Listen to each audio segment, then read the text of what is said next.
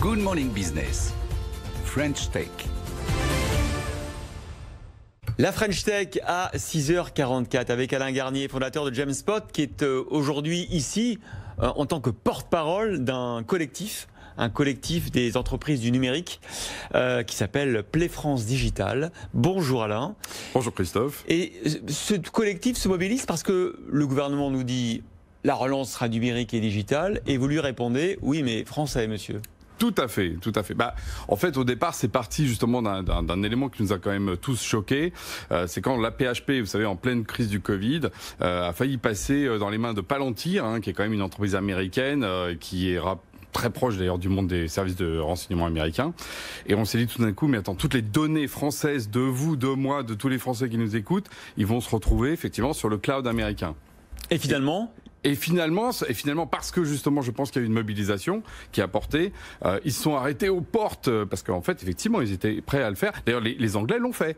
Pour une livre. Faut voir que Palantir, pour une livre, 1 euro symbolique. Ils se donnent en fait. Ils se donnent. Pourquoi ? Parce qu'effectivement, il y a une logique à un moment donné. Les Américains là-dessus sont très très forts en marketing. Ils donnent gratuitement. Et ensuite, ils récoltent les fruits numériques et les fruits économiques. C'est ce qu'on le voit aujourd'hui avec les grands GAFAM. Donc nous, on dit stop. On a eu le même sujet, même si c'est sujet à débat entre Microsoft et OVH Cloud, où Microsoft a obtenu aussi le contrat. Simplement, OVH nous dit, au début, on nous dit qu'OVH n'était pas capable de concourir, de faire l'appel d'offres. Donc bon. Alors ça, c'est.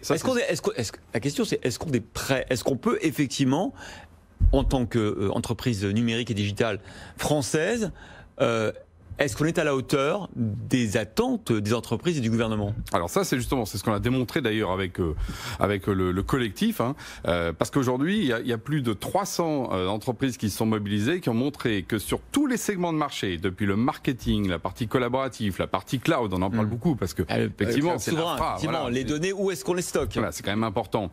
Mais également les logiciels, par exemple, de gestion, sur chacun des segments, on a des offres françaises et européennes qui peuvent rivaliser avec les Américains.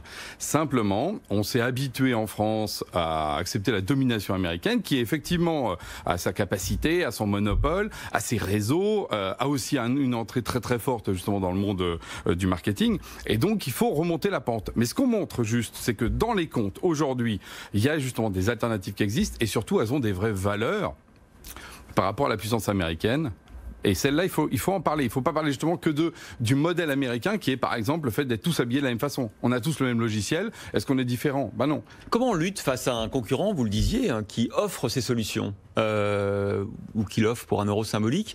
Est-ce qu'il y a des procédures anti-dumping qui sont menées par la Commission européenne ou par les autorités de la concurrence en France ? Ou est-ce que vous avez l'impression qu'on est très laxiste et qu'on ne fait pas son travail ? Alors moi je pense que très clairement l'Europe est totalement naïve et laxiste. Ça c'est très clair. Quand on voit le modèle américain qui est très centré sur lui-même, on n'imagine pas le Pentagone acheter OVH.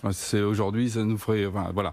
Et les Chinois qui sont fermés également sur leur marché, nous l'Europe, on s'est laissé ouvert. Et alors, parce que souvent l'Europe dit, moi ce qui m'intéresse le plus c'est les consommateurs, les prix pour les consommateurs. C'est ça. Et donc effectivement on ne va pas défendre notre souveraineté européenne, mais on va défendre le meilleur prix à court terme pour le consommateur. À court terme, parce que quand on regarde à long terme, en fait, aujourd'hui, par exemple, on est la vache à lait américaine en ce qui concerne les logiciels. Aujourd'hui, par exemple, si vous prenez les grandes entreprises, Microsoft pour pas le citer, aujourd'hui, ils considèrent que l'Europe et la France est stratégique. Pourquoi ? Parce que justement, ils rentabilisent, comme pour les films, ils rentabilisent en fait la production qu'ils ont faite chez nous. Et par contre, le consommateur américain, il paye pas plus cher non plus. On pourrait avoir une voie alternative si on avait une volonté politique. Alors concrètement, Alain Garnier, qu'est-ce que vous demandez au gouvernement pour effectivement donner cette forme de préférence européenne ? Est-ce que ça veut dire qu'on va faire des quotas, réserver les marchés publics aux entreprises du digital européennes ? Oui, alors c'est-à-dire que moi je pense qu'il y a deux choses. Il y a sur l'État et les collectivités territoriales, aller vers une logique d'équivalent quota qui serait simplement un patriotisme de bonne loi, comme le font tous les pays, qui renvoie d'ailleurs à une logique même de responsabilité économique. Mais j'appelle aussi à tous les autres décideurs. C'est-à-dire par exemple on réserve 50% des marchés. C'est ça. On demande à ce que 50% des marchés soient réservés à l'espace européen. Mais c'est légal ça, vous croyez ? Ah ben pourquoi les Américains le font avec le Small Business Act? C'est simplement une question de volonté politique. Et la légalité, c'est nous qui la décidons, ou alors on n'est pas en démocratie. Et le deuxième point... C'est le débat, voilà. Là, effectivement. Est-ce que la souveraineté, elle s'apprécie au regard des règles de la concurrence, ou, comme vous le dites, avec une sorte de forme de volontarisme? Et alors après, j'appelle aussi les décideurs d'entreprise, parce que eux, en fait, ils ont une autre problématique qui est, à mon avis, aussi importante, c'est le fait d'avoir justement des outils et des logiciels différents, et de ne pas avoir les mêmes systèmes simplement globaux, parce qu'il faut savoir justement proposer des alternatives. Si on veut justement la transformation digitale soit réussie aujourd'hui dans notre pays, il faut apprendre des voies alternatives. Sinon, on ne fait que répliquer ce que les autres ont fait des années avant. Alors, est-ce qu'on n'est pas trop morcelé? Parce que c'est formidable, votre collectif, vous me dites 200, 300 entrepreneurs. Est-ce qu'il n'est pas temps de se regrouper? Oui, mais se regrouper, ça veut dire aussi croître. Typiquement, c'est la question de la croissance des entreprises. Il se trouve que ce qui est nouveau aussi, et c'est pour ça que si notre appel, je pense, a été entendu, que les décideurs nous écoutent, c'est simplement que les boîtes françaises sont en pleine croissance. Si on prend les entreprises du secteur, elles font 30 à 40% de croissance, qui est 10 fois la croissance moyenne du secteur. Pourquoi? Parce que les entreprises européennes aujourd'hui ont autre chose à proposer. Et que justement les entreprises qui regardent de près ça s'aperçoivent tout simplement qu'au-delà du marketing, on a des meilleures solutions. Donc justement, il faut tuer l'idée selon laquelle il n'y a que les Américains qui peuvent nous sauver aujourd'hui dans le numérique, parce que c'est pas vrai. On a justement une production locale, vous le montrez tous les jours d'ailleurs à Good Morning Business. Il y a une capacité aujourd'hui des startups françaises incroyable. On a l'invention, on a les ingénieurs, et donc on a justement le numérique pour nous. Avec un marché des investissements numériques qui est logiciel, matériel, un service qui est évalué à 70 milliards d'euros par an. Merci beaucoup Alain Garnier. Par ailleurs, je le rappelle, Jamespot aussi qui permet de faire du réseau social en entreprise, pour résumer. Tout à fait, on est leader français des réseaux sociaux d'entreprise. Merci.